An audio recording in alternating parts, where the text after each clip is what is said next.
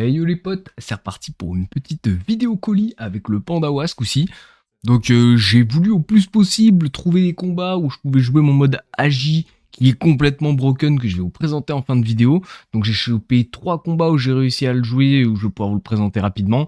Et je vous ai rajouté un dernier petit combat avec un ennemi où j'ai joué en mode full terre. Je vous le présenterai pas mais je vous le montrerai rapidement quand même en fin de vidéo aussi. Puis voilà, j'en ai déjà trop dit, allez c'est parti.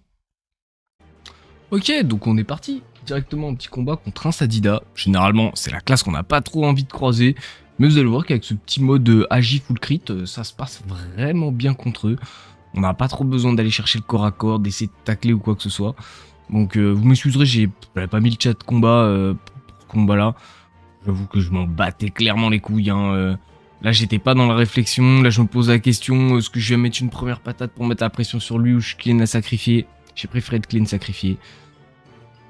Et là, nous, notre gameplay avec ce panda, c'est pas vraiment pas sorcier en fait.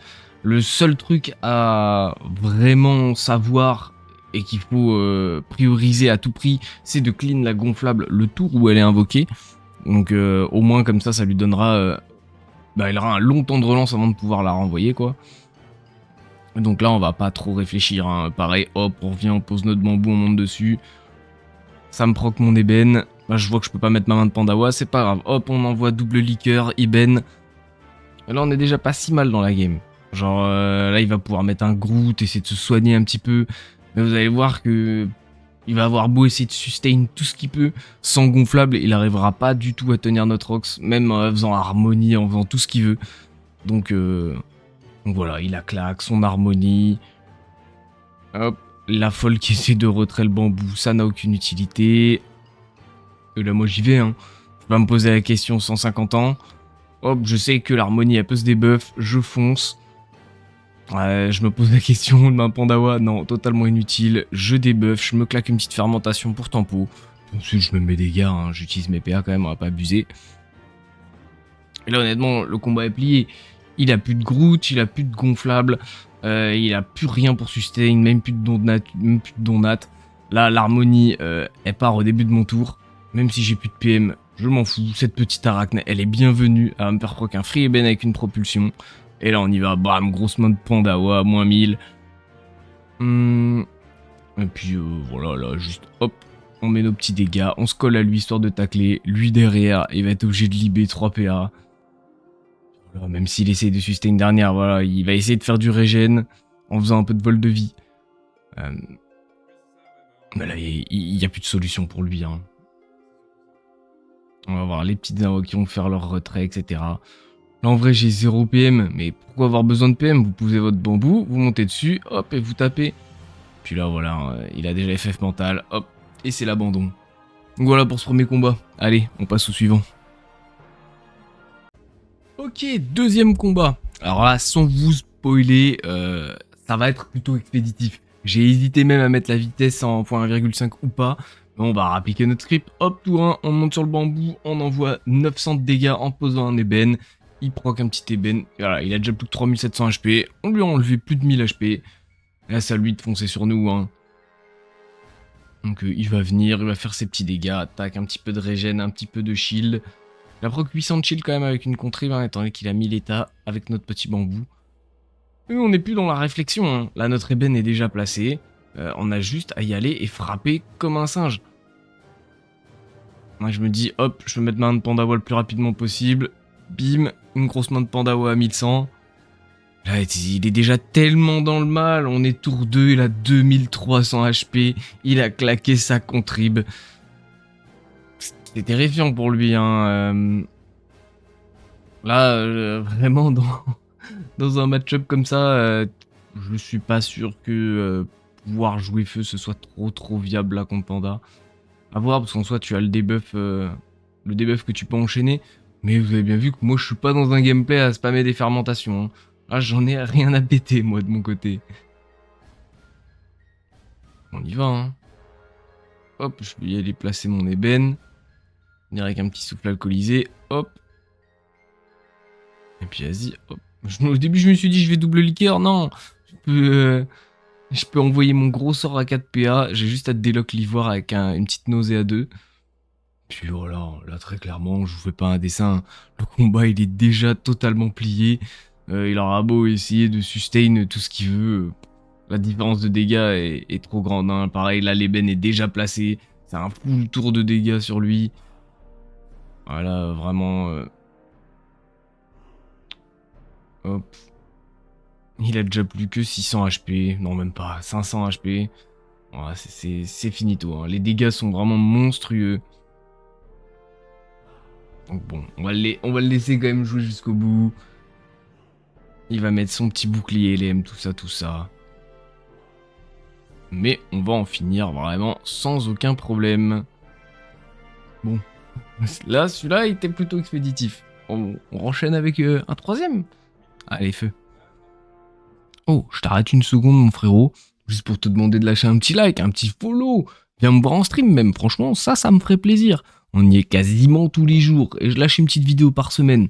Donc si tu m'aimes bien, t'aimes bien le mood et tu vas en voir plus, bah tu sais ce qu'il te reste à faire. Allez, enjoy les frères. Ok, troisième petit combat contre un Yop. Malheureusement, je l'avais déjà croisé dans la soirée, j'ai fait un très beau combat contre lui. Enfin, un très beau combat parce que je faisais aucune main de Pandawa crit, du coup je galérais vraiment à bien gérer ma game et du coup j'ai fait un combat de 20 minutes contre lui.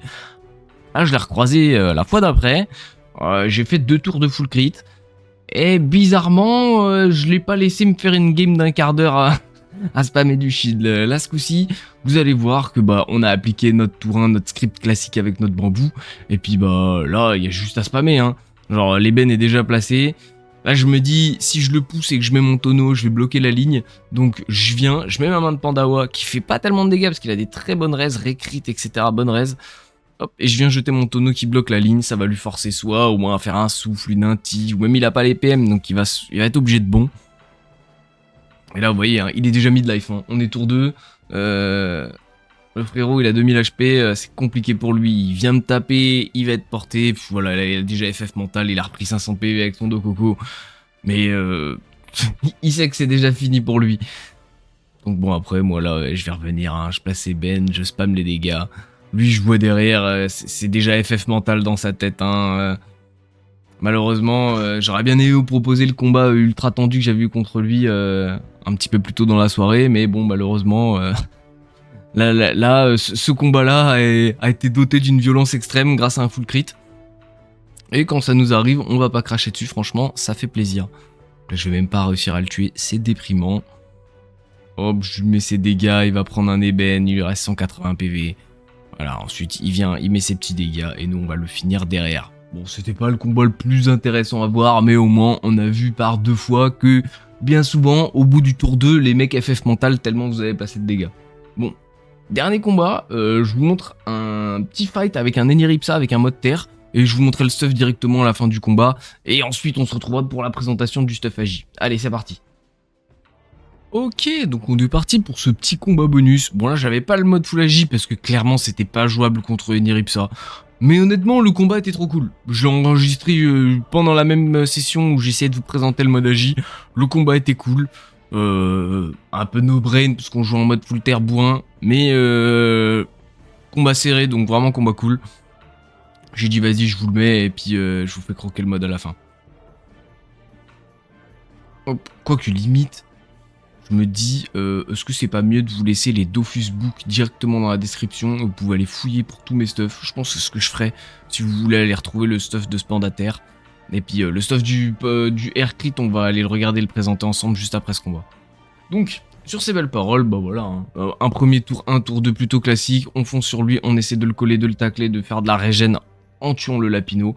Mais on tacle absolument pas, hein, c'est un Eniripsa Full AJ, donc il y a peut-être quelques moments dans le combat où on va pouvoir caler une rebot pour pouvoir essayer de lui retirer la fuite. Mais là on n'est pas hyper bien, hein. Pour l'instant on a que 3000 HP, lui il est full life le frérot, hein, très clairement qu'on se le dise. Moi je vais venir placer mon ébène en faisant un petit peu de régène sur le chemin, ça nous remet à peu près à égalité en termes de HP, je me décale. Hop, comme ça me remet à ma place. De toute façon, je ne tacle pas. Lui, en vrai, les dégâts sont monstrueux. Hein. À savoir que sur le mode terre, là, du coup, je dois avoir un 40%, un plus de 40% R. Donc, c'est très solide. Hein. Donc on y va, hop. Nous franchement les dégâts sont très propres aussi. Hein. Il y a 31% de raise. C'est honnête, mais ça nous empêche pas de mettre des très grosses patates. Et là je fais un fail titanesque, je voulais le prohib lui. Et putain je me prohibe moi. Et là je me rends compte, je fais non merde. Et là je suis comme un con putain. Là j'avais vraiment dans l'idée de le prohib lui, de le finir déjà derrière. Et là ce fail il me met trop pas bien dans la game. Parce que déjà il va me remettre un full tour de dégâts. Il va se régène. Et en plus moi je vais être insoignable le tour d'après. Donc là je m'étais remis bien dans la game. Et je me suis tiré une balle dans le pied de fou. Je me dis comment je vais rattraper ça. Là il a remis l'HP d'avance. Donc là, il va pas y avoir 40 options, hein. Juste va falloir que je shield, que je régène. Je me dis, il faut quand même que je place mon EBN. Et puis après, je me dis, oh, ma Vita, c'est chaud. J'hésite de fou, hein, parce que 1400 HP, je me dis, il peut me finir. Et puis au final, je finis par vertu. Donc, ouais, pan d'attaque plus EBN, ça tuait pas malheureusement. Donc c'est pour ça, hein, ce combat c'est pas joué à grand chose entre guillemets. Dès le début j'aurais vraiment pu prendre l'ascendant et me mettre très bien. Mais la prohib sur moi là m'a fait très mal. Sachant que je pouvais même pas mettre de bistouille puisque j'étais en insoignable. Et donc là ça y est, lui c'est recon, lui il est en insoignable, moi je récupère mon... Bah je perds l'état insoignable donc je me dis il faut que je spam de la régène. Donc je viens, je le pose, bistouille, je réfléchis pas là. Hein. J'ai pas 40 options, hop, je me remets à peu près à 2000 HP, j'ai encore une fermente sur moi. Et là, de toute façon, c'est ce que je me dis. Hein. Là, j'ai 4 tours pour juste essayer de grignoter ses HP sans crever en faisant le maximum de régène possible. Hop, là, on va pas trop réfléchir, hein. Ça va être du tonneau, brancard, bistouille. Ou peut-être pan d'attaque bistouille pour replacer un ébène, j'ai plus exactement le tour en tête. Ah non, là je me dis il faut que je double bistouille parce que j'ai que 1000 HP et si je double bistouille pas, il me tue en fait. J'ai plus la fermentation de dispo, j'ai plus rien. Donc je double bistouille, je place un ébène neutre et... Non, je place même pas d'ébène, j'ai dit la merde. Non, je double bistouille et juste je prie pour qu'il crève pas le frérot. Pas qu'il me tue pas. Et là, il reste 4 PA, 380 PV, je serre les fesses, 37 PV, j'ai un ébène sur la tête mais un scintillant qui proc. Le scintillant proc me sauve la vie. Et là, du coup, je suis overboosté. Lui, il est encore insoignable. Je pose mon tonneau. Bam, grosse patate à 700. Et on vient achever cet ennemi tranquillement. Donc, un combat qui était très cool. J'ai bien kiffé. Et si vous voulez retrouver le stuff, n'hésitez pas. Je vous partage mon Dofusbook dans la description de la vidéo. On repasse à la suite. C'est-à-dire la présentation du stuff agi. Allez, feu. Ok, donc on est parti pour la présentation du stuff en vif. Franchement, ça reste plutôt classique, on a juste peaufiné quelques petits trucs. On est sur une full cycloïde, full submergée, avec un petit exo-PO sur la coiffe tournoyée, pardon. Et du coup, plutôt que de mettre un double Fedria ou un double Ravageur, nous, on va plutôt aller chercher une Épénis, ainsi qu'une Alliance Glourson, qui fait que ça va nous vraiment faire un 2 fois triple ligne de raise, avec 6 critiques d'un côté et un PM, ce qui nous permet, soi-disant passant, d'enlever le Vulbis et de rajouter un pourpre. Du coup, vraiment, en termes de stats, c'est ultra rentable. Après, vous pouvez mettre un DDG, vous pouvez mettre Forge Lave, Scintillant, vous adaptez à votre sauce. Hein.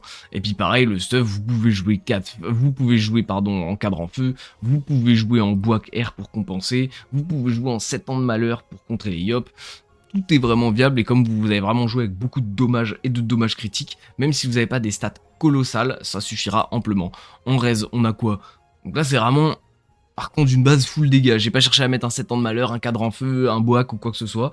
Mais voilà, je mets un boac et un cadre en feu, je me retrouve avec 3 lignes de raise à 50 plus 38 en force, c'est complètement abusé. Et puis derrière, on a un petit 1000 de stats en agilité, voilà, un petit 1000 de stats avec la puissance. Un 12 PA 6 PM 5 PO, 1000 de stats, 125 d'OR avec 75 de crits, ce qui nous fait 100 dommages quand on fait des crits. Enfin, 200 dommages pardon quand on fait des crits. Et voilà quoi, des raises très solides. Donc voilà, je vais pas jouer 40 ans sur un putsch, hein, mais on peut facilement lancer Liqueur sous placo pour proc notre EBN, envoyer une main de Pandawa qui crit, moins 1500. Vous pouvez me faire une petite nausée derrière. C'est vraiment très solide, genre. Donc voilà, je vais vous laisser mon Dofusbook directement dans la description pour le stuff du Panda Terre. Même vous pourrez retrouver celui-là, vous pourrez retrouver tous mes autres. Si vous avez kiffé, n'hésitez pas, like, follow, blablabla. Je vous kiffe les frères, à la prochaine, ciao ciao.